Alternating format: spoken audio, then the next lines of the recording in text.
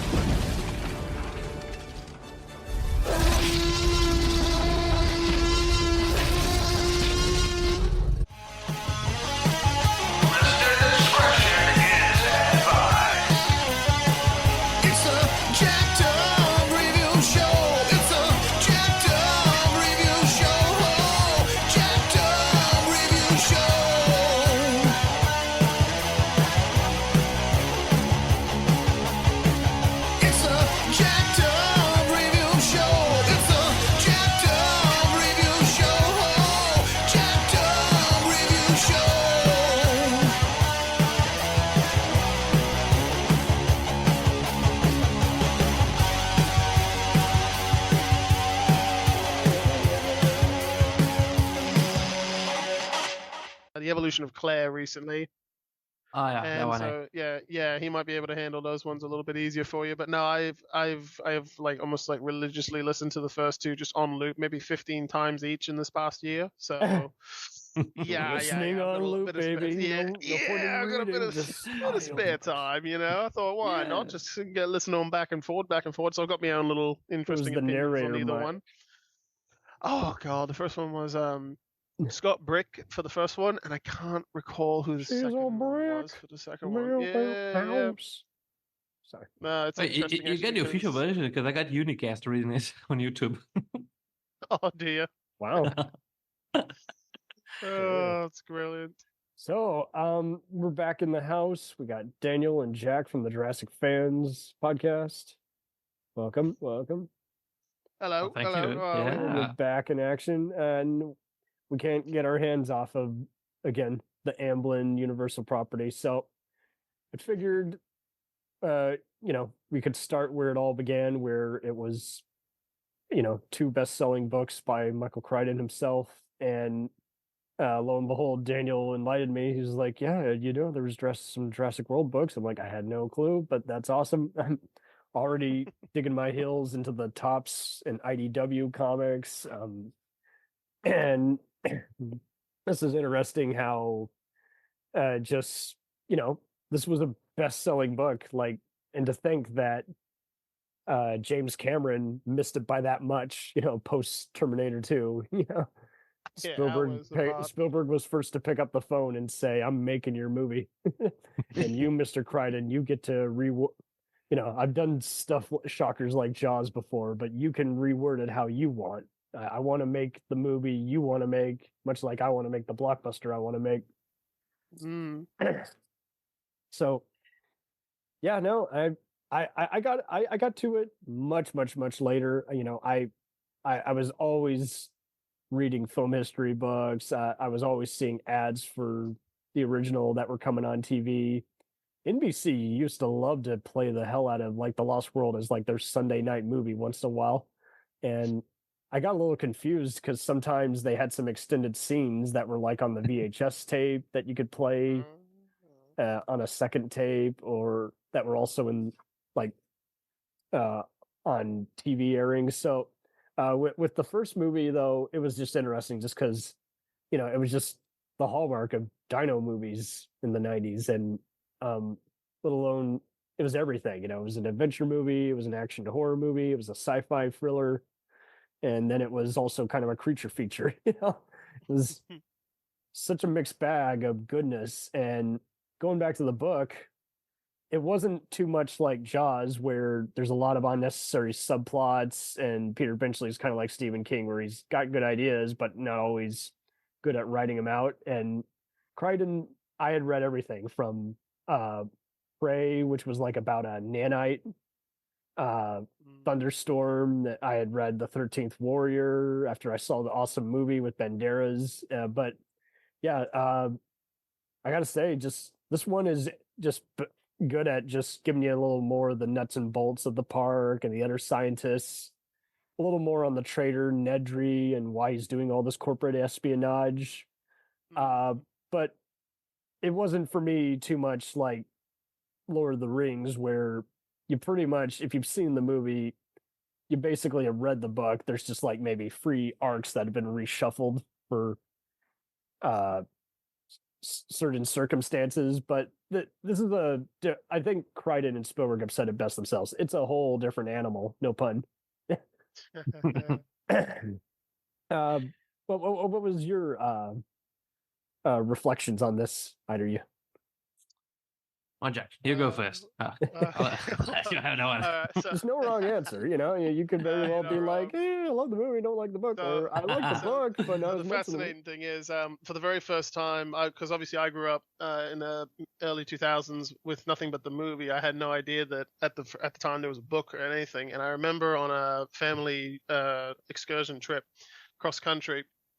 I remember that back in the day, my Nintendo DS would not make the entire 5-hour trip. So my mum had went out and bought me this book. It's a Jurassic Park. It's like, oh, it's like the movie. That's cool.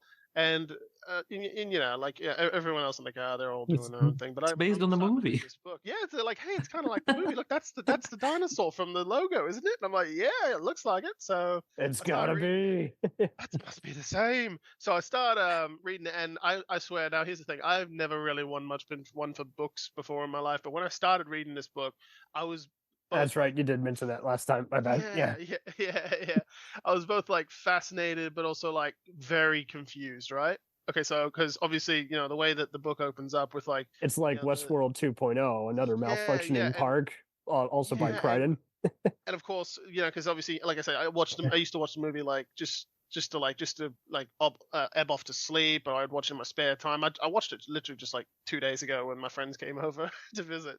So I had pretty much had this exact image and sculpture of what Jurassic Park was in my mind, right? And I start reading this book, and I'm thinking the very first thing obviously I'm thinking is well, who are all these extra characters? And then you get to it's a little investigation of how these animals have gotten out to the mainland, and they're biting little. Oh yeah, the biggest shock for me was how the tower raid by the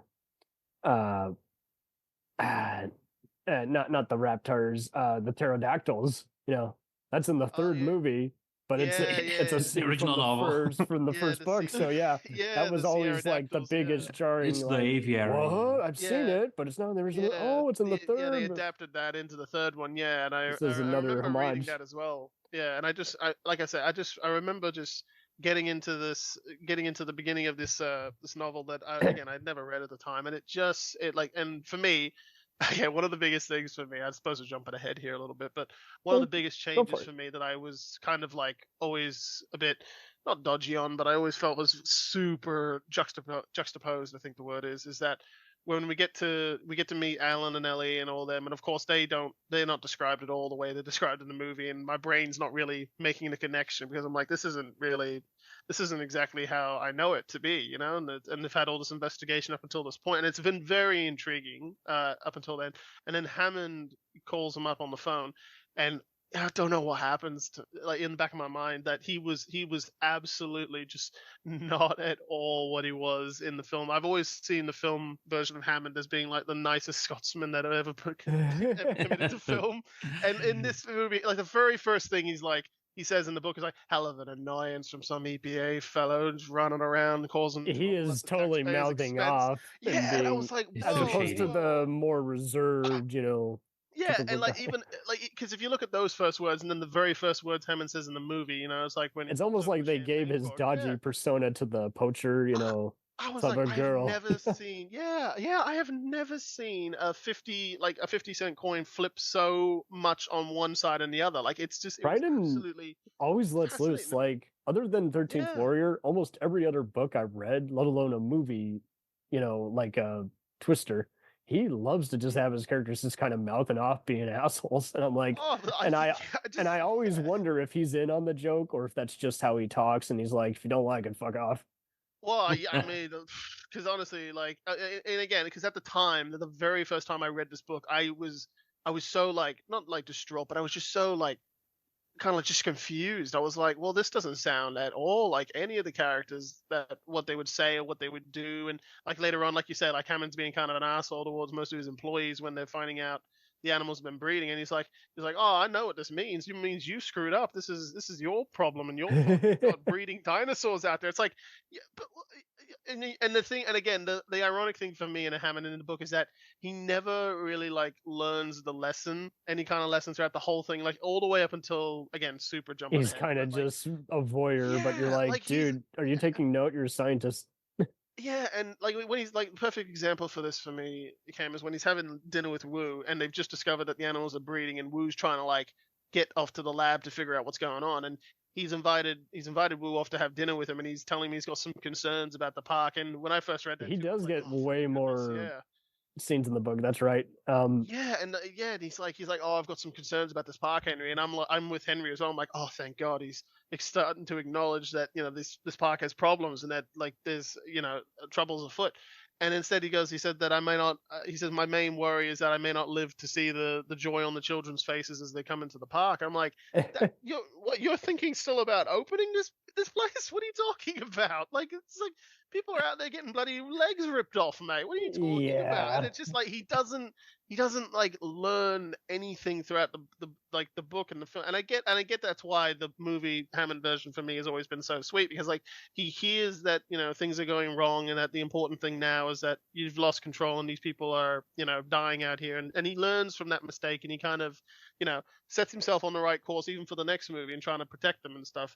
But I don't know, it was so shocking to me, like I say, when I was younger, and I had read this like pretty much complete 180 of the character that I'd known for most of my young life, just to be completely like just other end of the spectrum. And it just was stunning to me. But when I kept reading more about the book, obviously, because at the time I hadn't read a lot of stuff, absolutely, and I'm pretty sure even Dan would be able to agree with this. For me, at least, the most exciting part of the book is when I think it's chapter 38. It's called Control, right? And it's when they're discovering. Oh, remember the name of the chapters? Yeah, sorry about that. Anyway, so it's the scene where like they're discovering that that Alan's found a little fragment of eggshell, and it turns out it's a dinosaur egg, right? And they find like physical proof, and then Malcolm, throughout the whole time he's been on the island, has been like gathering data and asking specific questions that when I'm reading it for the very first time, like I don't understand what I'm with, like the lawyer Gennaro. I'm like, I don't understand why are you asking about. Yeah, the lawyer guy does get more scenes in this too, and because if there's any difference, you're like he's one and done in the movie, but in the novel, I do seem to vaguely remember you see a little more slime to where you're like, typical lawyer. Well, the thing is, what they did for him in the novel is that they completely they changed the character. It's more of a cover up. You're like, is this all the president's men? What's going on here? Yeah, because in the novel, he even survives to the very end and dies from dysentery during the first and second novel. Oh my God, I was so shocked when I read that in the second book. I was like, God, all right, you just threw him off. He did really well in the book. He wasn't like he was at all in the movie. What are you talking about? Yeah, where he's just full of himself and he's like, who am I repping? Yeah, your investors whom I represent are deeply concerned. Let's get one thing straight, John. I was even more blown away how there was actually how there's those knockoff B movies by Roger Corman called Carnosaur that beat Jurassic Park to the punch. I had no idea, but it was apparently based on a 1984 horror novel. Wow. The author, he's a Brit, John Brosnan, no relation, and he didn't care for how it was a trashy B movie franchise, but he actually just found it kind of amusing how there's a scene in his novel that's similar to the Jurassic Park adaptation where there's dinos rummaging through the museum. And he didn't want to reissue the book because he's like, people don't know enough about mine. It's going to just look like I'm just cashing in on Crichton. So surprisingly pretty civilized as opposed to back when Gremlins and Critters and other movies were coming out and everyone was pointing fingers at each other like, you knew before we became a thing. And I'm like, I hate it when it becomes a Deep Space Nine or versus Babylon 5 routine. It's like, well, it doesn't matter who came first. Whoever gets turned out first, that's really what matters. Yeah, I hate to say it. Like the public perception on which one will be remembered throughout time, I guess, is really that could be very well it too. If you look at any of them awful movies that Tarantino's inspired by, you'll be like, well, that was a piece of shit, but hey, Yep. it inspired someone to make a better movie off of that idea. So, it just, you don't have to do the whole off with your head routine that we used to do growing up where we're like, oh, it's good. Oh, it Oh, yeah. sucks. Or it's so bad, it's good. I'd say that Spielberg deserves a little bit of mercy just because when he did Jaws, right after that, someone produced a Piranha, and Universal was mad at him, right? Because it was so similar in concept, at least, to Jaws. But Spielberg and Joe Dante got along, and Piranha really is a hysterical movie just because, like, it's basically even closer to the Jaws novel where they're like, let's have the sheriff get his comeuppance, let's have him be killed by the creatures, but because he's a crook and everything and he's not doing what he's supposed to do. But yeah, Spielberg found the movie so witty even by Roger Corman standards, and he's like, you know what, how would I give you a job working on the Burbs and Gremlins and what have you, because you're the best of the ripoffs. So just get him some slack as well, because but Joe Dante is a lovely guy. I love him. Everything, Explorers, The Howling, and he's actually gone out of his way, given how he is a B-movie completist, to see some of the Howling sequels, and he's just always guffawing. He's like, can you believe they went there? And same thing as Jaws. He's like, wow, they actually tried to get closer to the novel. Why'd they even bother, by part 6 or 7 when they didn't care to begin with? So I was looking at the reviews of the first Jurassic Park book. The New York Times really, really loved it and contrasted it as a specimen of the Frankenstein myth and easily the best of Crichton's novels to date, while Gene Lyons of Entertainment Weekly noted how it was sheer intellectual entertainment because of up-to-date info and digestible forms. However, both he and Andrew Ferguson of the LA Times hated the characterization, calling it heavy-handed and cliche, and complained that Ian Malcolm, that's right, Jeff Goldblum's character, dime store philosophizing, and predicted that the film adaptation would be undoubtedly trashy. Man, so they kind of gave it a decent review, but only kind of like in a week, like 3 out of 4 or 2.5 out of 4, just barely passing. You're like, jeez, they hated this novel. I must say that statement didn't exactly age very well, because 2 years later, little do they know. Famous characters in. I mean, Jurassic Park was my intro to kind of Stan Winston, who did Aliens, Batman Returns, Terminator, and just all the creature features and bringing life to them, and the fact that ILM's doing the CGI, Phil Tippett's doing some of the pyrotechnic stuff, and Winston's doing kind of more of the mechanical other close-ups. The animatronic sort of side of it. Interesting. Well, sad but interesting fact. Jurassic Park 3, that was the last movie he ever had his name attached to, actually. Oh, really? Mm-hmm. And sadly, didn't really come in and build very much stuff. He just sort of showed up one day and said, "Yep, that looks good. I'm on my way." Gotcha. So it was kind of like on. So it was like on. He's in a legend at that point, It was like on Iron Man, Doom, and Terminator Salvation, where they were using his studio, but he's just showing up and just saying, "Looks nice," He's saying, "Looked all right. I'm dying of cancer here, so I'm not." Yeah, he's like, "Bro, I'm Stan Winston. You know who I am? I'm the legend. Man. You know who I am? Everything you've ever liked. I designed the Predator, for God's sake. I designed everything, mate. Everything you've ever liked. I'm done." What do you need me for? I started the original novels back when I was in high school. So, wow! Welcome to the club. Gosh, so it was so incredible to see just how much darker it was when compared to the movies. So just to support you when you said, Jack, it's pretty interesting to compare John Hammond, also because by the end of the book, he's still thinking about how he hated Malcolm. Instead of how he's much blaming, blaming like Wu and for Arnold and for and saying that it was all their fault, and that next time and he said Harding was just all right. He was all right. You gotta say it like Schwarzenegger. He was all right. I can't do that. Can you imagine Schwarzenegger as Dutch from Predator in Jurassic Park movie? You one ugly motherfucker. He's about to get attacked by compies or What's the one Bunny creature that raptors. attacks Nedry in the movie? That Oh, the it's up to Dilophosaurus, my Dilophosaurus. favorite one, yeah. I Dilophosaurus, could yeah. I could definitely see him doing Yeah. that as the frills come up. Yeah, that would be so good to see. Oh my god. That See, would now be fun. that's a little bit of a fever dream. I would like that one. If you Oh, dude. shout out to this other podcast, if you want a fun movie podcast that's very chill, look up Bad Movies Rule. And Movies Oh, right. no, that one, yeah. they give out sarcastic awards like the Steven Seagal Trash Can Full of Dirt for worst performance. They give out the Will Patton Award for most intense actor in the movie. And then they'll always yeah. ask at the end, how would Schwarzenegger make this movie better? Oh, And they always give a disclaimer. We're not saying it wouldn't make it actually good. We're just saying it'd be more entertaining, like in a bad, so bad it's good way. 100%. A ridiculous manner. And you see, it's so, and like John Hammond, by the end of the movie, he actually understands what he's done because Grant says that he decided not to approve the park, and he said, "Well, so do I." So it's just not burned his Wow. damn island out. And you don't Unfortunately, really, I've decided not to endorse your park.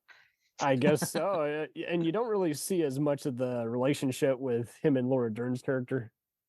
No, Yeah. because in the novel that is that's a clear opposite. They even Tim later in the middle of the book says like, "Are you and Dr. As Sattler Ellie, together?" And yeah. yeah, Ellie, yeah, and he's like, "No, she's marrying a nice doctor down in Seattle." So Yeah, they no, make them he's, as separate yeah. as you can, as opposed to That's in the right, that's movies right. where you're Big kind of change. implying it, but you don't really know.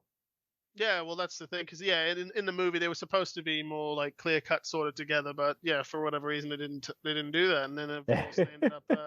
They And ended up sort of, Malcolm's a bit Yeah. disgusting with her, even like when he's so slick, man. yeah, and when they tune the chopper, he goes like, "Oh yeah, Doctor Sattler, I'd love to spend the whole day looking at your legs." Yeah, that's the Oh. one line maybe that didn't age super well for me. I would have been like, Oh, wait, "Ooh, which okay, line maybe." again? Sorry. So Malcolm gets on the plane to Jurassic Park, and the very first thing that Ellie says to him, she goes, "Isn't it a little warm for black?" Because he's dressed in all black, and he goes, "You're extremely pretty, Dr. Sattler. I could look at your legs all day." Yeah, he's a about how black is the best sleaze. color for me. Oh, big gross, big gross. Yeah. So strange to me. Well, I mean, like, and there are other ways you could do that, but for me, like, the thing with Malcolm and I think Crichton like, was a perv though, because you kind of get that in a lot of his stuff. well, And I don't. you know. He was a doctor. It was the Well, I got doctor. this one Oh, so that specific makes it example. okay. I'm To be not fair, here to though. attack Mr. Crichton's character. No. But to be fair, I've I was, only like, listening to heard. an interview I mean, just before, yeah. I did hear how during the making of Rising Sun, another, movie that came out around the same time that was adapted from his work.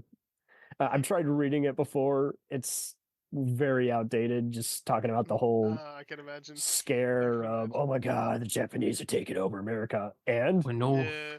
I I heard he and didn't, it's a yeah. fun movie as a buddy film meets Chinatown, just seeing two inspectors with nothing in common, and just a cool kung fu movie for Wesley Snipes and Sean Connery fans. But what's so Yeah. funny is just you got freaking Philip Kaufman, one of the guys who came up with the story for Raiders of the Lost Ark, who's gone on to do all kinds of just great blockbuster movies like The Right Stuff and The Wanderers, Henry and June, and the 78 Invasion of the Body Snatchers. And he just was just endlessly dogged by Crichton. And Crichton was like, "Oh, fuck you, I want to take my name off it, and then it won't sell." Well, It's yeah, like, because I heard that Crichton actually didn't like Rising Suns, the film. He was like, well, yeah, but he just wouldn't. Like. He was one of those where instead of just being like Stephen King usually is, where he's like, I just am going to talk shit about it anyway. I just want a paycheck. Like he wouldn't. It was almost as bad as the 13th Warrior, where he would keep coming onto the set and direct his own version of scenes, and the editor just had to decide, what do I do? That's not the director directing today. The same kind of deal here, where he's like, I hate everything about it, but he wouldn't even be constructive. It was like, well, what do you want changed? You've had months to change the script. If you don't want us to shoot that, you can say something. But yeah, it just seems like so many of these authors and like studios weren't doing a proper channel and like debriefing it all. And it's like, well, come on, it just, authors can influence their fans and kill a movie and prevent it from having any success. And then there's other times where you gotta let bygones be bygones. Like I remember hearing the author of One Flew Over the Cuckoo's Nest, like, never gave the movie a proper chance.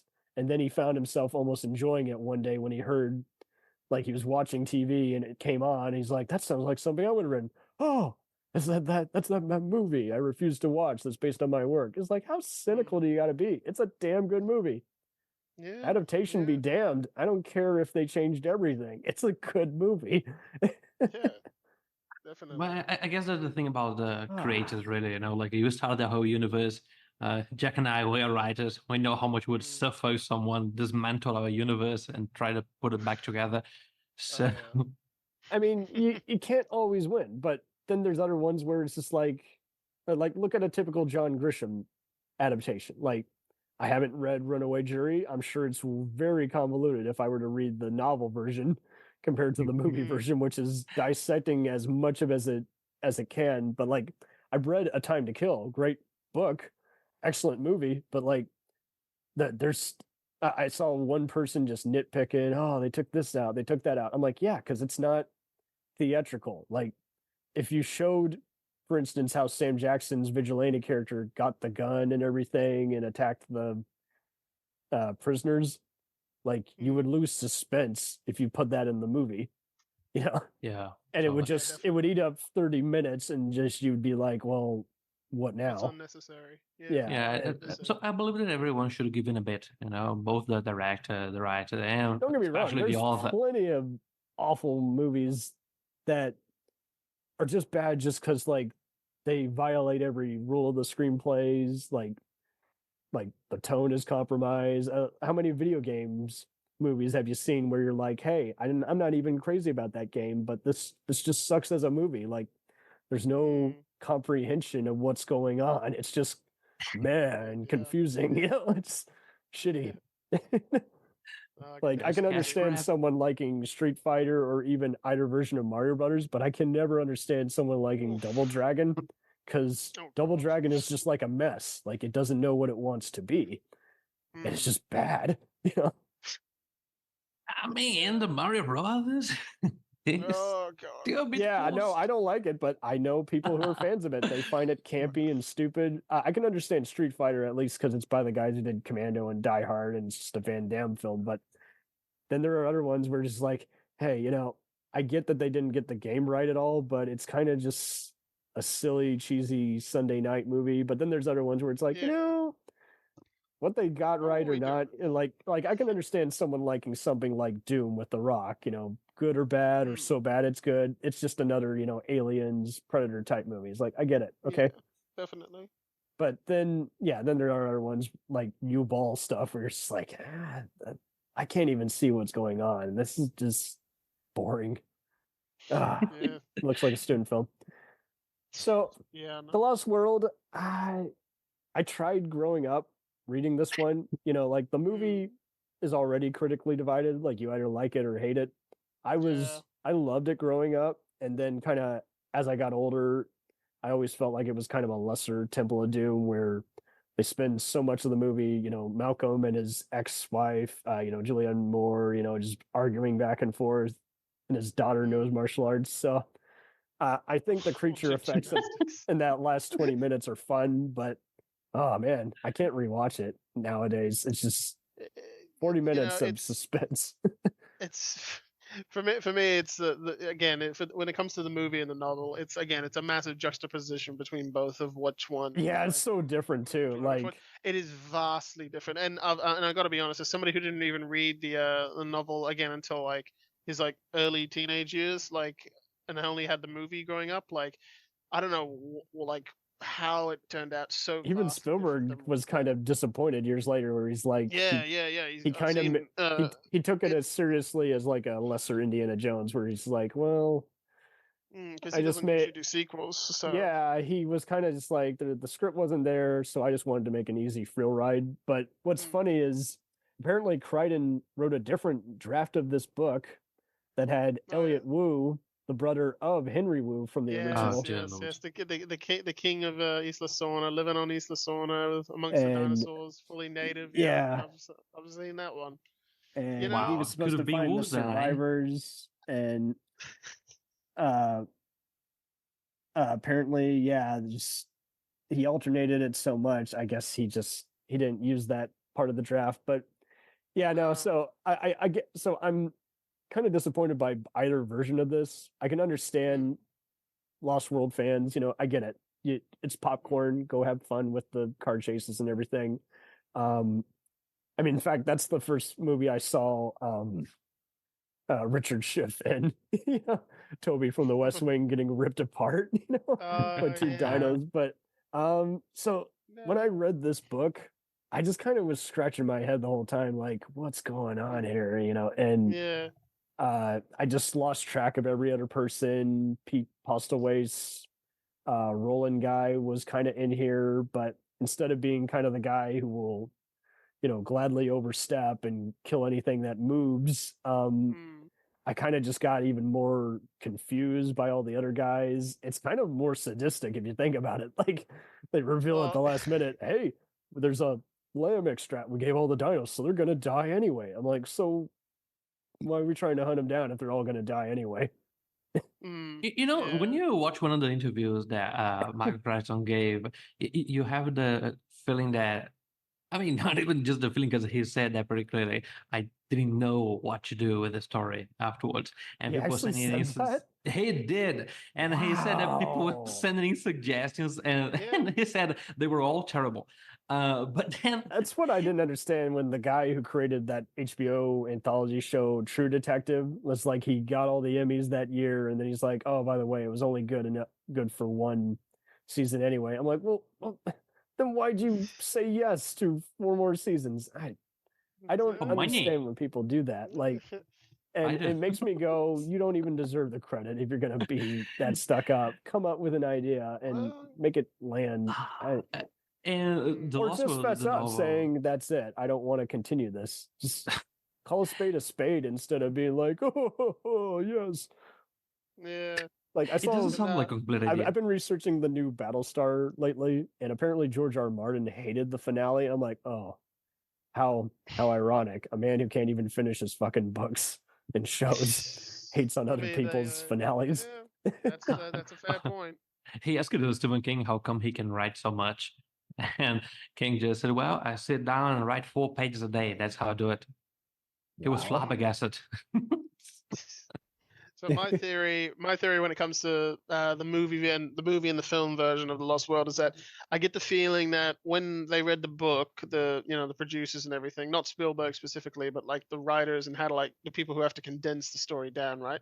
I get the feeling that they didn't really like how Crichton went about it, because in the book it's a lot more of like a small. I wouldn't be suspenseful surprised kind if of, he was rushed, because I know he did say on the record previously, I've never done I've never done a sequel before. Sequel to my work. This is the first thing. Yeah. And what I reckon it is that because in the book, you, like, obviously, like, everyone who was affiliated with InGen and Jurassic Park, the first one, most of them are all dead, and the ones who aren't, they're like Malcolm was previously thought to have been killed, and then so lo and behold, we weren't clear cut.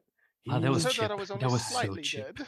Yeah, that was good. I like that. That's ironic to me. I found that. It is ironic. But I recall so many people like drowning or something, and then Malcolm's like speeding off and like motorcycles and everything. And it's so weird because in the movie you remember all these other, shady execs and everything, but here you're just like very like, it's very distorted. And I'm like, I don't know which meathead I'm rooting for to die, but it's not very compelling. Well, that's the ironic part, you see, because like when I want them to die, but I'm not really interested in how they die because because in the movie, Hammond, they basically speed run the entire backstory of Site B and East. I love that term. Like, speed run. Yeah, that's like, literally speed run. Yeah, it's like the motorcycle speed run. Because in the book, obviously, it's a lot more of a slow pace. Because since everybody's like dead or not affiliated with InGen anymore, they have no idea where this secret factory floor is, and it's really interesting. Oh, that's true. They do try to raid a factory. They have to try to get the DNA sample to figure out where it's where the. Which was another issue with the movie version. Like when you see that, you're like, so this giant crate they're on crashed into like New York or whatever. Or is it LA or New York they crashed in? No, it's the oh god, which one is it? It's California, I believe. Yeah, okay, so let's just say LA. SS Venture. Just for the hell of it. And I love how they're like, oh, and the pilot's dead. but where are the Yeah. dinos? And of course they go Yeah. in and the dinos start bursting out and you're like, well, so what have the dinos been doing this whole time? Like, what? Well, Who that killed the part always pilot? confused the living god out of me when I was a kid, because like, here's the thing, right? So they only had like a Rex on board, and somehow the dude's hand is Yeah. still on the boat signal, and like Yes, everyone's not I completely was thing. like, so I they had to, when I was a snatched kid, right? everything. I had to go looking up on like 100 different like forums and orgs back in the day, like on like just like on like jp.org and stuff, Right, and then IMDb. read like a suggestion of how it worked, and then obviously years later they revealed that there was concept art that there was supposed to be velociraptors on that boat as well. They were The taking movie went so Rex. fast, no one Yeah, questioned it. It yeah. was like Well, it's this just bus jumping speed where you're like, okay. I mean, mate. Well, in the you book, say there's bus, just Which is funny because that's actually there's what a bus. Yeah, they do that in the and that's movie. that was Spielberg's little amusing jab at other blockbusters at the time, and he had already hired speed by director crashing a bus Jean into a Debont blockbuster. to helm Twister for his production company and Michael Crichton. Yes. But Best it all movie. flows together. But it always made me guffaw growing up. I'm like, is that the same bus Annie and Jack from Speed are on? But yeah, you're always like, so that hand, this guy lost everything except his hand, and that hand was strong enough to still crash that Hang ship on to the thing, into and the the other LA bloke's hand Armory. was strong enough to hold on to the button to keep the Rex down. I'm like, for years I was just so confused, and it turned out, because again, like I say, obviously there was supposed to be velociraptors had gotten free on the boat, and they had obviously those three animals had gone through and massacred most of the crew, which Yeah. sadly never explains that. Never explained that, unfortunately. So for years I just thought like, well, somehow the T-Rex managed to get its head inside of the cabin's window without destroying the window and pull the guy's hand off. It was crazy. Maybe it was man. the baby T-Rex. Oh, Chased no. him all the way That back doesn't down make into sense. the The hole. baby's with Malcolm The and baby's company. already been No, flown in. Oh, Like, I don't Fiorita's got a whole video on So, it. yeah, He said it was a okay. Spinosaurus. Oh yeah, there you go. It's the Spinosaurus, and no, and Dan, then it he was got until the away third to one. part free. There you go. Perfect. Oh, Jesus Christ. A juvenile So here are the Spinosaurus. hysterical reviews. So Okay. 8 weeks, number one on the New York Times bestseller list from 95 to of October to March of 96. People magazine writes, action-packed and camera-ready. The Lost Worlds is to its predecessor what microwave dinners are to home-cooked meals. Hardly authentic, but in a pinch fully satisfying. That is... So, long story short, not as good, but still fun. Okay, cool. The New York Times gave the novel a negative review, calling it a tired rehash. Entertainment Weekly gave it a B-, saying that it's like a video game in prose, a few hundred frantic pages of run, hide, kill, and die over and over again.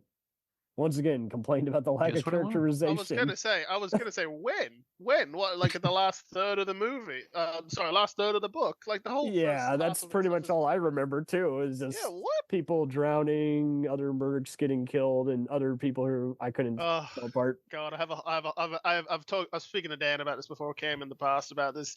There's two massive. You just reminded me with the drowning thing. There's two massive changes I would make to each of these books, right?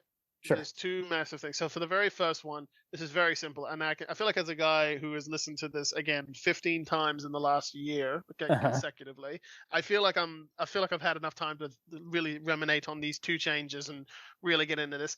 First one is in the very first book, right? Jurassic Park. Jesus.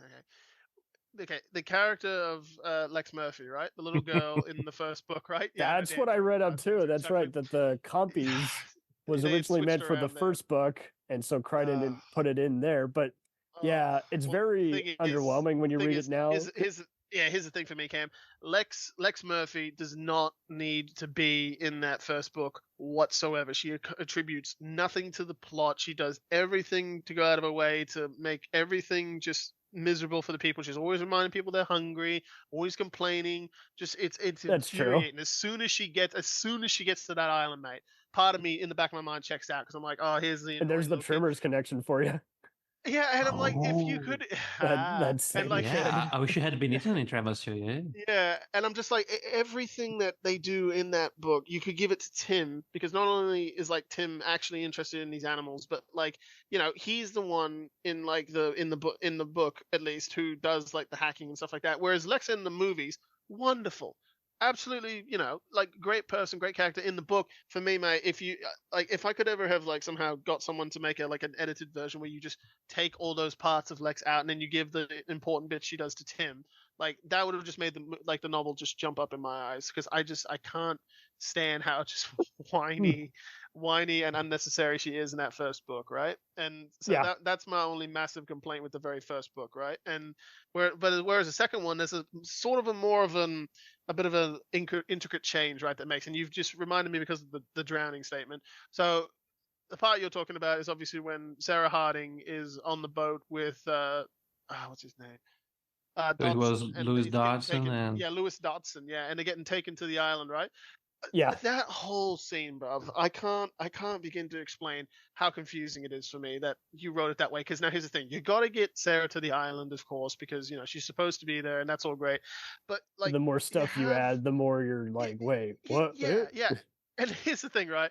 So when okay, sorry, let me just back up. So my change for the Lost World it's all very relevant, because like when you're reading a book, you're not sure, regardless of whether you've seen an adaptation of it before, where your mind is going to go. Who do I focus on? Definitely. And the thing for me is, like, Sarah in the books, obviously she's super well known. She's admired by Kelly and all that stuff. But the first mistake I see that happens in the novel of The Lost World is that when Sarah goes back to Africa, right? And she's there for like 18 months. And that's right. There's a lot of globe trotting in these that make you. Here's the thing. And there's more Indiana Jones there than there is.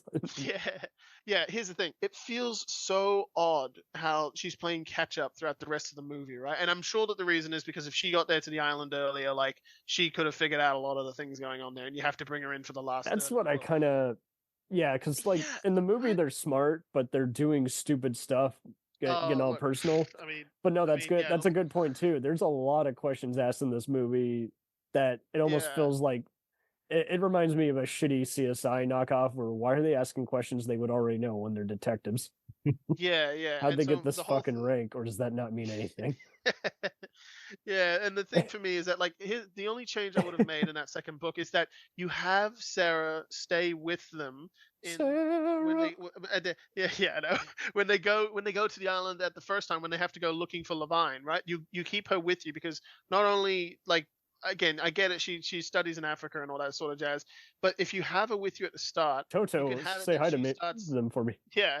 And like, you could start like having her like understanding the ecosystem of the island, because that's what she is. She's an animal like behavior. She like studies the way animals behave. Yes. And there's a specific thing that has always kind of bugged me, is that in the book, right, there's another species of hadrosaur called the Myosaurus, right? It's a good mother lizard. They're like, they're caring for their babies and stuff like that.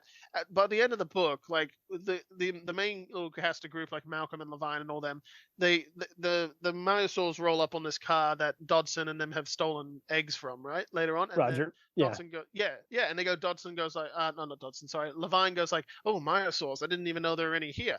Well, this is the thing, right? If you have Sarah on the island at the beginning, you could have had a whole nother like beautiful little section where she's like off with these like hadrosaurs and studying them and paying attention to them and stuff like that, so that they know that what kind of different species are on the island, and that they know they could just sit down and breathe for a minute instead of exactly, and instead of just like hiding up on the high and just running away all the time like that. What's funny is Jurassic Park, I often see cited as the best example of, like, whenever you want someone to be like the know-it-all, like introduce your whole concept, you want to make one of your characters kind of be a scientist. So I do often see, like Star Trek and Jurassic Park and cited because you believe everything they're saying, even if the science actually doesn't legit work. But it's interesting here how Crichton is a legit, has studied everything from, the dude fucking created ER, it's just like, so you see him,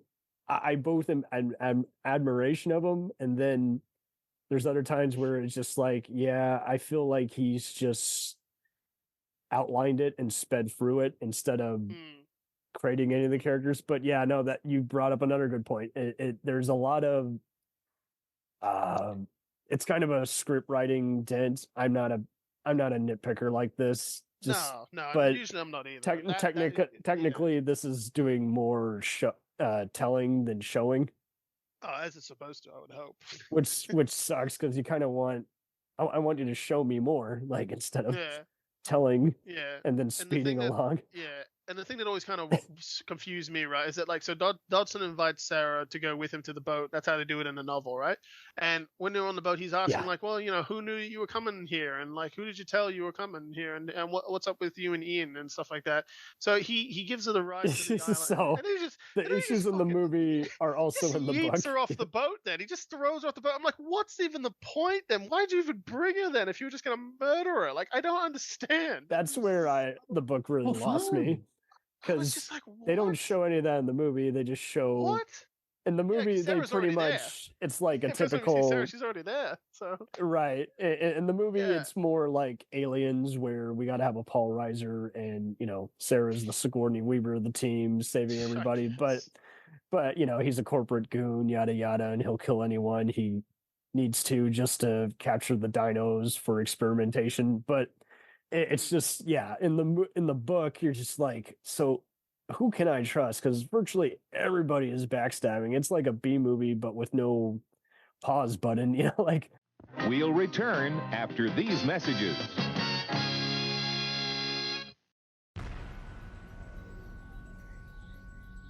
The Jacked Up Review Show podcast is honored to be part of the Blind Knowledge Podcast Network. Join anytime, talk the talk, and enjoy yourselves. There's something enlightening for everyone with this crowd of cool cats. Check them out.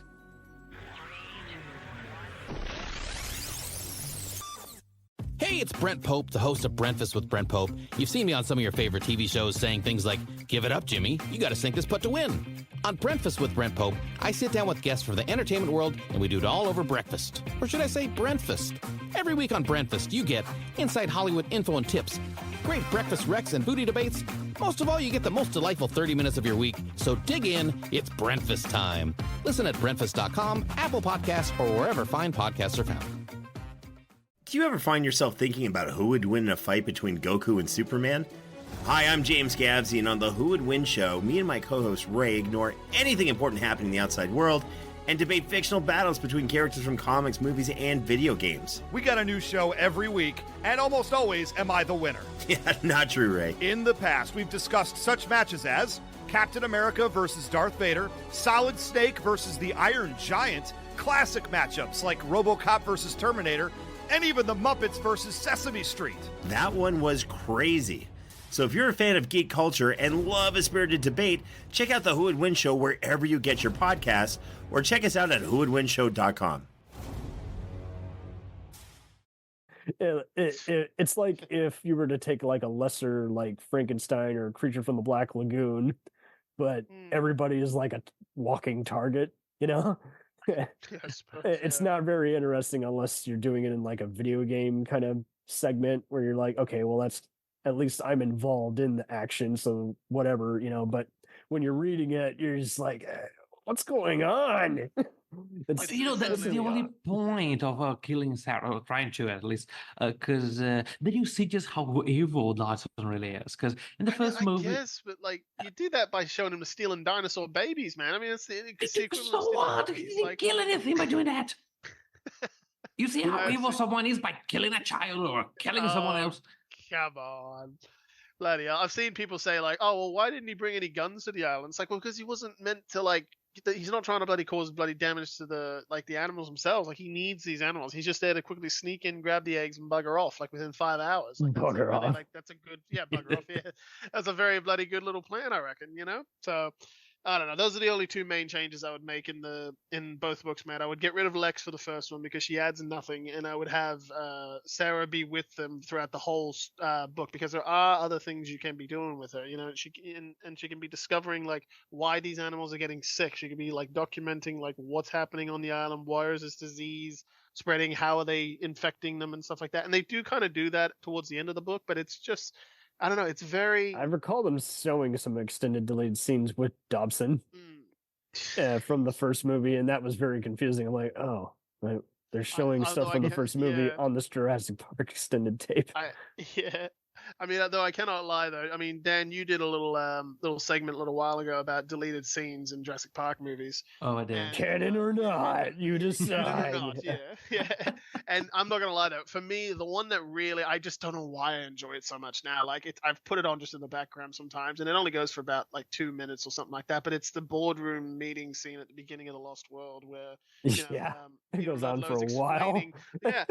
He's explaining properly. It's like, oh well, like, ooh, silence is expensive. It's talking about the millions of dollars that they're owning and that the company's like bleeding from the throat. I'm like, that, I don't know why that is so fascinating to me now that I'm obviously like, I'm an adult and I can understand. Right, these things better. That's a good point. As a kid, you're just like looking at my watch, but when you get older, what's all this talking? But see, I'm glad they don't get too detailed with it, because it almost risks kind of becoming kind of like Child's Play, where you're like, why is this company that sells all these toys that kill people, still in business? Instead, it's kind of just like, okay, so they got other corporate guys on it, and they're trying to contain the situation. The Wicca has a funny article on Dodgson noting how he seems to resemble Apple CEO Tim Cook. Tim Cook. Oh, the irony, Dan. The irony of that, isn't it? Because years later, obviously now in the most recent movie in Dominion, they've made jokes that the actor who they had to reprise the role of Dodson, who was a different bloke from the original movie, he is absolutely taking on the persona of a Tim Cook. Like he's like the head of like a big Apple biosyn like conglomerate, and I'm just like, oh, that is ironic. That is ironic now that you say that. And that actor who played him in Dominion is just great for that, because I was watching The Blacklist literally like 2 days ago, and they have the same actor play the same role in The Blacklist. Really? Damn, I haven't finished that show. That's a really good show. Yeah, they go like, there is this geneticist here who's also the CEO of our company. In comes freaking Louis Dodson from the You're like, oi! It had some fun concepts. It's just that female agent was so fucking terrible in that show. Oh man. Oh man, she was half the reason I stuck around for the first bit of the interest of it. Really? Apparently, I haven't gotten to the end. I haven't gotten to the end yet, but I've heard unfortunately she doesn't make it all the way there. So. It'll drive you crazy. Oh boy. Jack, you were expressing your hatred towards Lex. I was reading a GP, and I didn't remember that she was the one who spotted the raptor on the boat. But that's another thing that Tim might as well have done. They had the goggles and stuff in the car. Like it just, I would have dared you or anybody listening to come up with one significant thing that had to be uniquely towards her that you couldn't just kind of stitch onto Tim. Like I beg you, like, I mean, there is nothing, and I've been through this book so many times. All she does is remind people she's hungry, and it's just, and I get it. The idea is that like the story's meant to be told through a child's eyes. That was Crichton's original vision for the original book, and then they told him to make it darker to be able to sell it.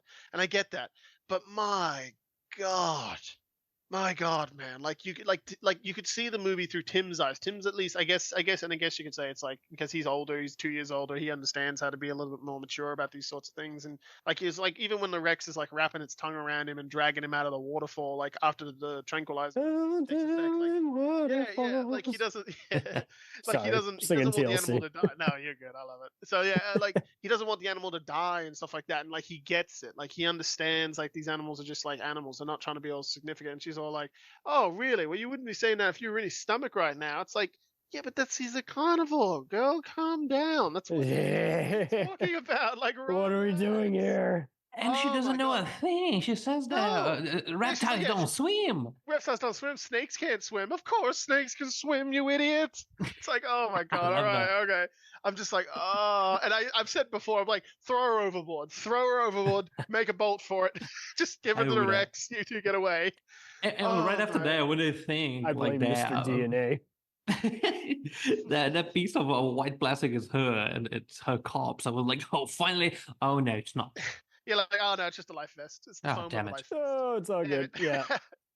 No, I don't recall so I just recall his daughter, Malcolm's daughter, just being annoying in the book, as opposed to in the movie where whine. Hey, by the way, Dad, I've been taking kung fu. Let me, kick a raptor and impel it. Dad, you want to handle that? It was always one of those where you're like, well, that's cool, but where did that come from again? Well, here's the thing, right? So I know in the kung novel, fu. yeah. Well, that's another massive, vast change from the book and from the novel. You see, because in the novel, Kelly and this other kid named Arby, they're not Malcolm's kids. So in the movie, they like compressed them into being like the it's same thing. Like I'm serious, because like in the novel, they random say that kid. Arby, Like, they go out of his way to say that Arby is black, right? And in the movie, they kind of literally just mesh those two characters together. They give the name of the girl and the actress of the boy, and they put them together. And in that movie, yeah, it's the gymnastics scene is what you're thinking of when she's spinning around on the pipes at top and just kicks him out the window. why not? That is, I know. Yeah, I know. That's where most people definitely started clicking out. They were like, "What?" And the do you raptor mean? keeps watching it.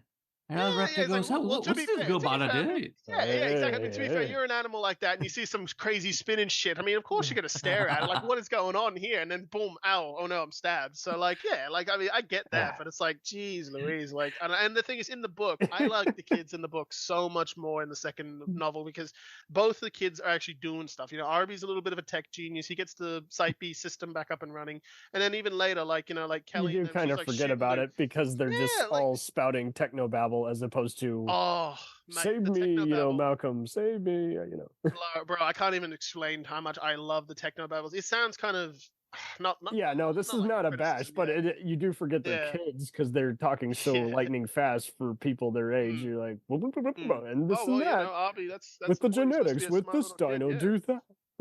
Yeah. Genes must still be an adaptation of behavior, right? So yeah, no, and you're like, what? So no, but like even in like I say, even in the book, like both of the kids at least get to do something of significance. Again, like Arby do something, and do something, and and even Kelly gets to like ride on the back of a motorcycle chasing down a raptor and manages to like try to like shoot at it with a big tranquilizer gun. I'm like, that is some cool shit. But I gotta be honest, man, like it's the techno babble and the potential like scientific like lore and stuff all behind it. That's what I'm into these books for. Like when the action really kind of starts, that is when my brain kind of ticks out because then my brain's like, oh well, I have to. Yeah, because you're having to imagine what's going on, but exactly. For whatever reason, stuff. I'm glad you brought that. I think I lost at the motorcycle, then I had to just press on, and then by the time they were all the boats and all the other chaos happens, I was just like, yeah, this book was a miss, but it's true. When they're actually trying to build it and having their quieter moments, those are ironically the better moments. Yeah, like when Malcolm's getting his leg re-stitched up for the second time, and he's talking about how life is like a crystallization of like it's like a box of chocolates. Incredible. I was like, that is incredible. I loved listening to that stuff. It's just like a 12-minute like conversation between the three of them, and I'm like, it's just fascinating to listen to. Like, Come on, Malcolm just wanted to be high on morphine again. Oh, absolutely. He's like, oh, I love morphine, but like, I mean, yeah. Remember when I became a fly? Oh, no. Different cinematic universe. My bad. Oh, now you got it, Jack. I could connect it to Independence Day, but I'm not going to do that. Remember when aliens came and I turned into a fly, bro? Oh, dude, no, that could have been an absolute fever dream in between them. Into the ship. I mean, the dude's a freaking. Oh man! If you guys want some comedy gold, you should. HBO Max has some of their classic shows on there. You should see the episodes of Larry Saunders he's on, where he's playing a fictional version of himself. He's one of many celebs who cameo on there, and it's just funny because they're just like the way they shot that show was. A lot of those guys later worked on The Office, and same kind of deal where they would roll the cameras without actually yelling rolling, so half the time they didn't realize what was actually being filmed or not, and that's how the meta comedy worked. And I would love to see more B-roll of how they filmed all this behind the scenes stuff, because the most I've seen is just how they had like little green dots, and that was the indicator to the actors to say, you need to be over here, yelling, there's a giant creature over there. And so I really gotta say, like, that at least read the first book and definitely look at all these other behind the scenes stuff that we've talked about, because just seeing how nothing like it's really been duplicated as well since, because you see so many other people who, again, company execs want to spend less money but want to complain about effects, and you got too many other filmmakers and authors who don't like to communicate with one another, and Jurassic Park is just kind of that needle in the haystack. This is like that one where it really worked. Yeah, it's actually kind of ironic that you bring that up as well, because we're in a, as Dan and me know as well, you probably know as well, Cam, we're in a very interesting little tumultuous time with the franchise at the moment, because there's been that new movie that has been greenlit coming out. Apparently they're sticking heavily to the release date of July 25th, 2025, I believe. So next year, right? Yeah. July. And the director who was supposed to be doing it apparently had stepped away from it a few days ago, because it's not enough time. It's not enough time to make a good story in that amount of time. The Jurassic Park bullet train guy. Yeah. So he's found his bread and butter now doing disaster movies. But yeah, so the Netflix cartoon is going to be a thing for a while, which I'm excited about. Which much like Fast and Furious, people forget it's a thing, but it's on Netflix. Apparently, someone's got it on. It's there if you want extra 5 freaking seasons already. Why do we need a bloody chaos theory? Don't you start with me, Daniel, man. I'm excited for that show. Woo! So Daniel, tell us about these free Jurassic Park novels. They're not based on the movies, but they're their own kind of companion novels. How did you discover these? Like, I legit did not know about any of these until you told me. I was like, what? How did I not see that at any Barnes and Noble or what have you? Whoever did marketing, screw you guys. You guys screwed up. There is a reason. There is certainly a specific reason. I'm sure he'll tell you in a second. Oh, they suck? Yeah. You see, so much so that... Not quite. I'm just marketing. I don't know. So much so that there was supposed to be 4 Jurassic World novels, because... these what is her name again? The annoying British girl, Jack. She's your favorite. Maisie Lockwood, Dad, you know this. Yeah, I do, but I love to tease you. He does, but he loves to just poke and prod at me. Could have been worse. Time. Could have been any of those other forgettable Star Wars characters who I don't know the names of. That's probably true. So you see, it's Maisie Lockwood's adventures. First off, so incredibly uncreative. Then I got Off the Grid, the Yosemite 6. I still gotta read those because I hate myself apparently, because they were so bad that they were supposed to be a third one in this series, but was not produced because they didn't sell enough. So you're like, why did I waste my time? It's a young adults novel. That's what it is. The first one, The Evolution of Claire, it's a young adults, and the Yosemite 6 and the Adventures of Maisie Lockwood, they're meant to be children's novels. So like they've gotten progressively more PG as time has gone on. But you see, the Evolution of Claire, that one I read entirely, and that one Jurassic is Park actually is good. always kind of been it's that. really good. It's really good. Well, it is so weird though how Jurassic Park, kind of like James Bond, has always kind of been that rare oyster where people go and they find it gritty, and at the same time, kids can watch it because they're like, hey, they didn't go all the way, but they went far enough to where your uncle likes it and you like it. You know, the only thing that I'm not a huge fan of when it comes to Evolution of Claire is the divergence between the plot of the book and what we have in JW. Because in the novel, we are introduced to this idea that Claire, when she was a teenager, she was about to get her first job, maybe in Jurassic World, and she was an animal lover by that stage already. Well, but didn't she become an animal lover later during Jurassic World? Well, no, that's the idea. You see, it shows that like she's always kind of like the idea of like loving animals. And remember, she was actually going to go into Congress. She was going to go and become like a senator. Yeah. Oh, jeez. Promote the thing. Yeah, bringing politics into this. I know.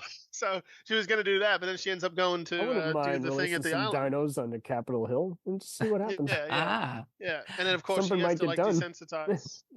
Yeah, she has to like desensitize herself from like the idea of these creatures being creatures and being just like animals they resurrected because of the death of his name, Dan. What was his name? Joshua, was it? I can't remember his name.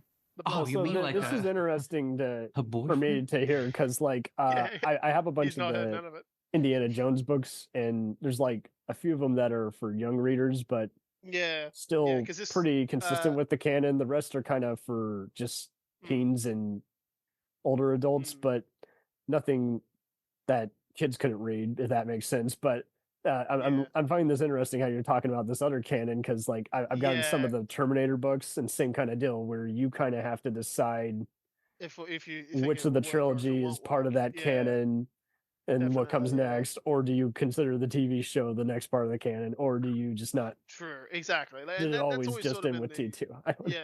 Like Make it interesting at least. It's not. Which part is it not? Hey. No, I mean, look. There's an interesting mystery, right? Because we don't know really who's the thief of mysterious components and DNA. Quite creative. Oh, some people Again. are stealing dino parts. Damn. Yeah, they are. But my point is, Dino we have snatchers. a single death in this book, all right? And death is Yeah, something that always all right, interests so me. Because the death is supposed to be impactful in a novel. All right. Yes, that's what correct. That's what my bloody editor told me a million times because apparently I killed too many characters. What in am my I books. rating these mystery novels for if I don't feel I was the like- impellment? Yeah. I was like, Jesus Christ. Yeah, but look, there is this single guy who dies who's Just the janitor. He's boyfriend. always the janitor. It's a boyfriend, No. but he dies in such an unfunny way. See, Spoiler alert. Dan is not impressed about the thing, and I've spoken about this with him before. I'm like, he says he's obviously more interested in the idea of like a Rex ripping someone apart. I'm like, dude, the idea of like running off and getting separated, like at the end of the book, like they run off and get separated, and he gets attacked, and he survives long enough to like squirrel himself away. That would be horrifying psychologically. Yeah, I know. That would be like psychologically horrifying to know that you're bleeding out, you're alone in the Psychological jungle, horror. and no one. Jack, and maybe give me no one will show gore. up. They don't need the gore. Oh my god. I need gore. I can do alright? both, Damn but it. I know what you mean. So you're who wrote these books, if you don't mind me asking?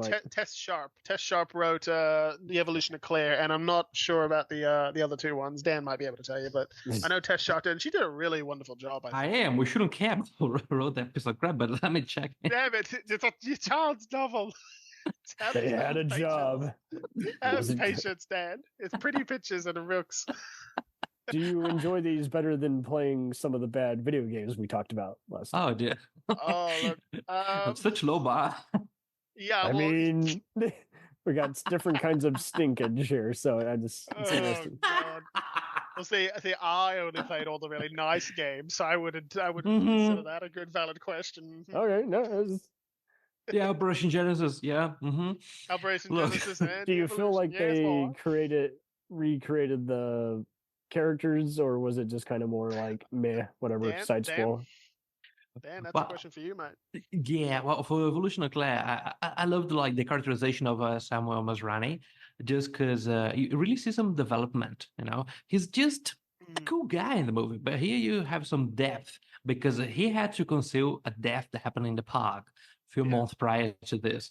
So that's actually interesting. He's not just goody goody. So you got that going on, I suppose. But everyone else, everything else, there are plenty of other teenagers who are there with her. You think I remember any of them? I don't. Because they're so forgettable. Damn. But Dan, one of their names is Sarah, and Sarah's the name of the Mosasaurus bloody exhibit lady in the fourth movie, and it might have been a connection. Screw that. It's all about the nitty gritties, So Dan. Jack is going through the rubble, just saying, "Hey, let me add this Easter egg to the Wicca." Finding diamonds in the rough, mate. Absolutely. Look, let me just praise one more thing, I guess. So Henry Wu, right? He's much more interesting in Evolution of Claire than he is in the whole Jurassic World series. That is true.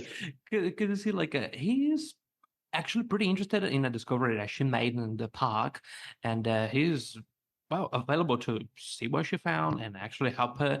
And by the end of it, he respected her. So she was not just that teenager who was starting there. It was like, yeah, I'll help you out with that. But I know you've been through a lot here, but you should stay and solve this instead of just running away. Definitely. Imagine Yeah. and, teaching dog training lessons to dinos. Sit, stay, no bite. and I ran away of good things to say about it. They kind of do that in the fourth movie, which is pretty cool. Yeah, but, All yeah, right. but so tell me something though, Dan. Tell me this, mate. So I've heard a few reviews of the book myself because I didn't have the chance to read it before the interview and everything. So tell me, what did you feel about the idea of the secondary little plot line going through about there's a group of interns who had already been to the island before, and nobody really knows what exactly kind of happened to them or what's been going on with that. And then suddenly, apparently, you see them like climbing over a fence later on in the movie, just kind of out of nowhere. What did you think about that specific like kind of quick conclusion towards the end, just to kind of wrap it up? Like, what did you think of that? I actually like that because again, it was a twist. Didn't expect that. So I'm a huge fan of Agatha Christie. So Nice. by the end of it, like Agatha Christie's Poirot, the series on the BBC played in my head. I was like, oh, I did not expect that from you, monsieur. Yeah. So I mean, you have all these other villains who are like obviously set for you to believe it was one of them. By the end of it, it was not. And again, like these other, don't even remember her name. I don't want to, but she did it great in the fact that like she was throwing the evidence at your face and you didn't want to believe it because everything else was pointing to the villains, the obvious ones. So you know what? Just a little subversion there, hey? Yeah, pretty cool. And you know, and these villains who are like the interns, they have a good reason. The kind of the same reason that the Texan girl had in Camp Cretaceous. Oh my God! It's always the Texans and their guns. It is. No, this is a running little joke going between us here, Cam, is that the girl in the show he's talking about, she ends up getting blackmailed into stealing some DNA samples off the island. As you do. Yeah. As you do. Yeah, but no, and it's just, no, like as far as I'm aware in the book, mate, they were stealing stuff from the island to be able to pay for Six Sisters' medical bills, which I thought was always got to have a Dog Day Afternoon style storyline. That's right. That is absolutely correct. So-and-so is dying. I got to commit a heist. All in the name of being a hero, right? Right. Yeah, absolutely. Yeah. Yeah, but you know, at least like we don't have a one-sided villains. And even Nedry in the novel, you're kind of on his side because of the way that John Hammond treats him, and also in the movies, of course, not enough and blackmail him. Yeah, because in the movie you're never going to be against this Santa Claus guy, but in the book. He's a bit cuter in the books because it says that he's so short that when he's sitting in his car, he can't even touch the floor. So that's pretty cute. Yeah. Wouldn't even touch the ground. Love that description. Mr. No Legs.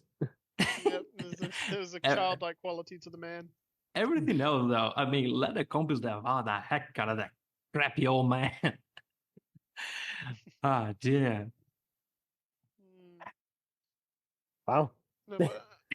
So not much praise here, but this is interesting. I didn't know where this is going to go. So, so tell me this, though, Cam. I've got a question for you, actually. So between the two novels that you have read, right? This is between the two novels. This is probably also good for you as well. The OGs by Crichton. The OGs, by Crichton himself. Which one did you find more compelling throughout before the third half, right? Oh, I absolutely think everyone should read the first one. I think you'll be very entertained, just like Crichton's other stuff like 13th Warrior and Prey and some of his other ones. It's just, like you say, there is some technobabble that's cool in the second book, but it's just very chaotic and just kind of, it just underwhelmed me. And one might say that might have been the point if it's chaos theory.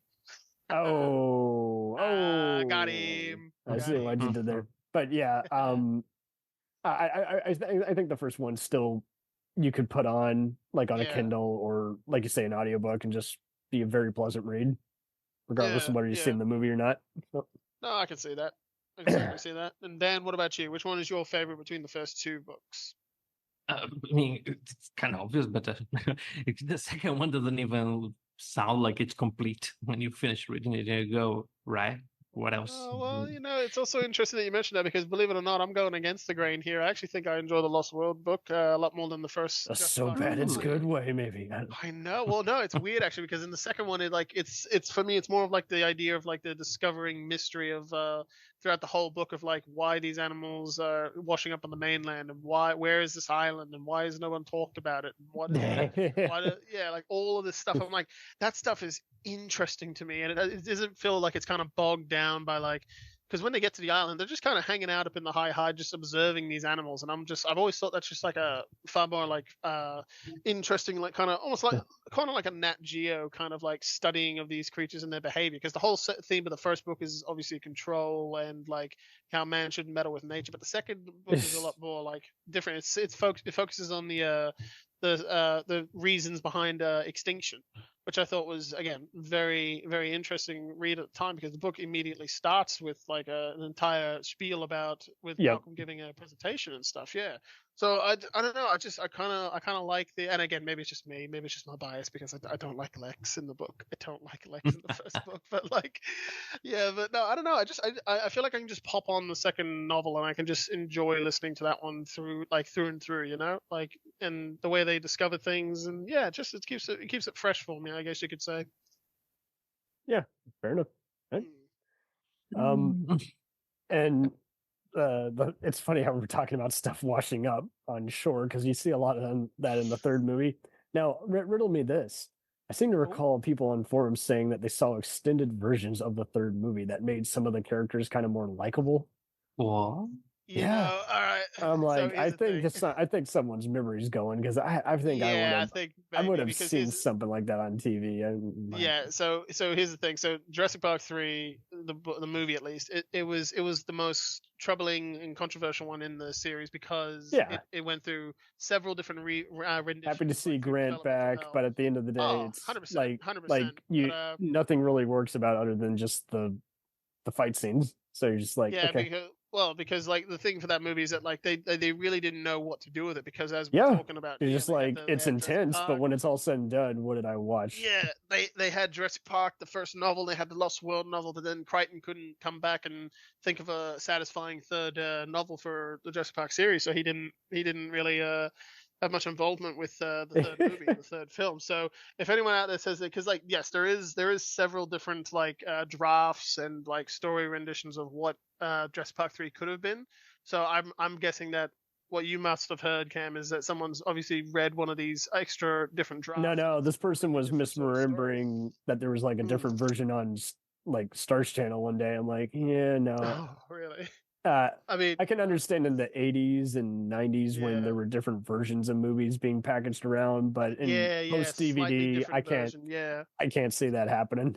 Well, I mean, again, it's a PG-13 movie. They only often have extended versions of films if they had to modify it, like for time and content, and it's not that kind of movie. So I'm just like, yeah, no, I think you're misremembering. Yeah, definitely. You see, but I just wondered if you ever... a company that sells magical mushroom elixirs, so that must be the reason for that kind of thing. Maybe. I think someone's just high watching TV too much. I don't know. Probably. Because I remember between Jurassic Park and The Lost World, there was a test screening footage that came out a few weeks before about them having like kind of like a different take for the beginning of the movie. Is that because obviously in the end of the first book they destroy the island, they bomb it with napalm and destroy all evidence and the dinosaurs and the buildings and everything.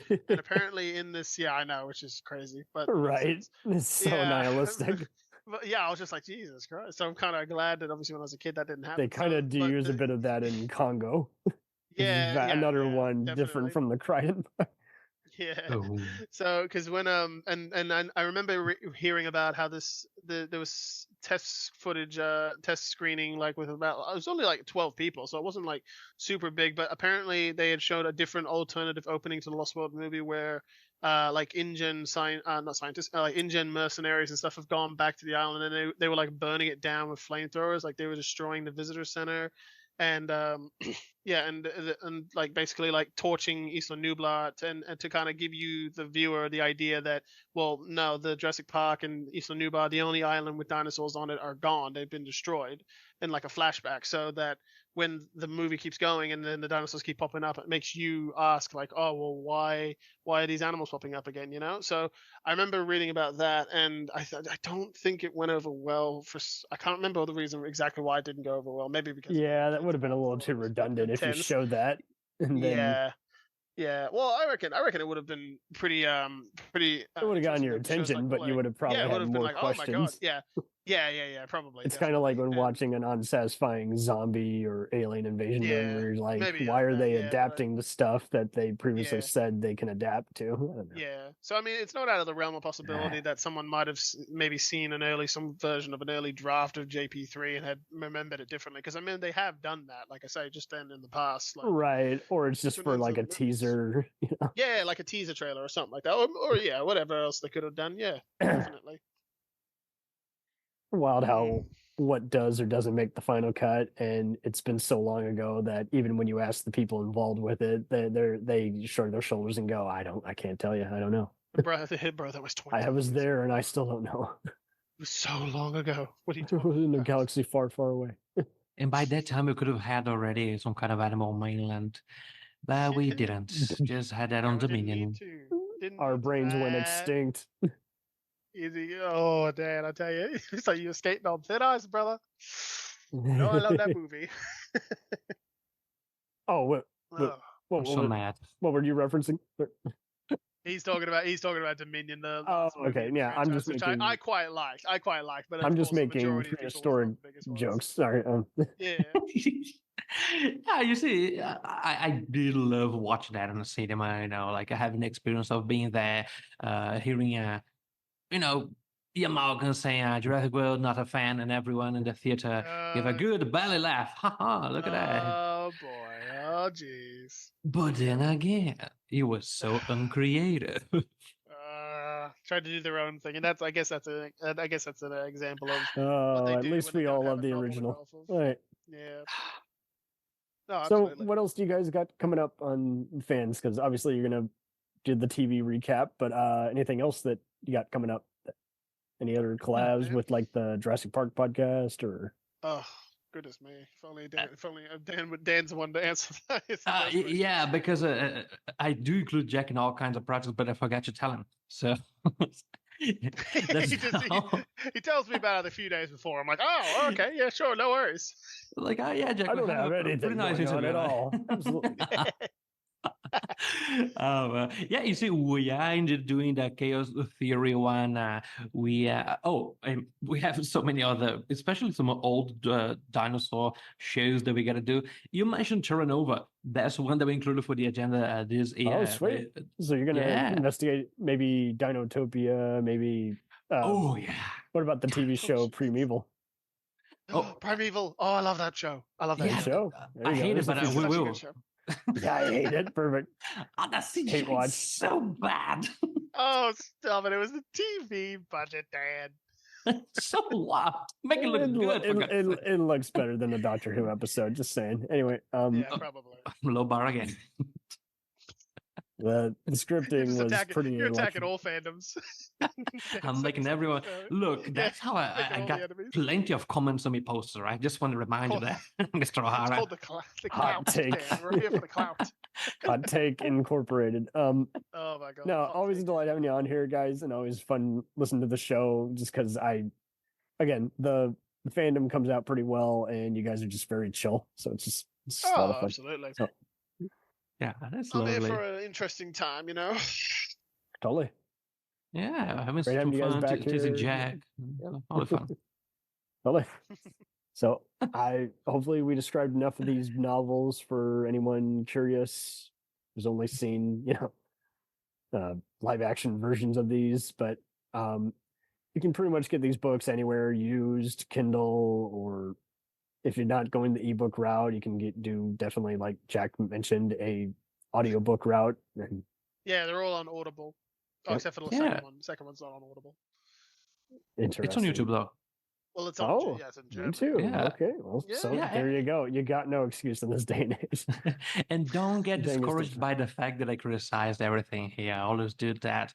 If you want to read Annoying British Girls Adventures, go for it. Have some fun at that. It's quite sweet. Yes, it is. Quite Someone will like it. Somebody. sweet. Jack Oh, did, so. brilliant. Perfect. And then I like a lot of stuff. Don't we all? Don't we all?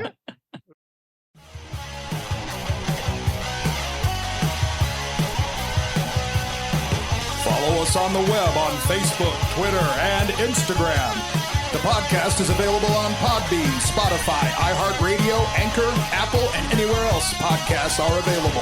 Feel free to review our show and leave comments on any of those sites. Thanks a million for listening. It's a jacked up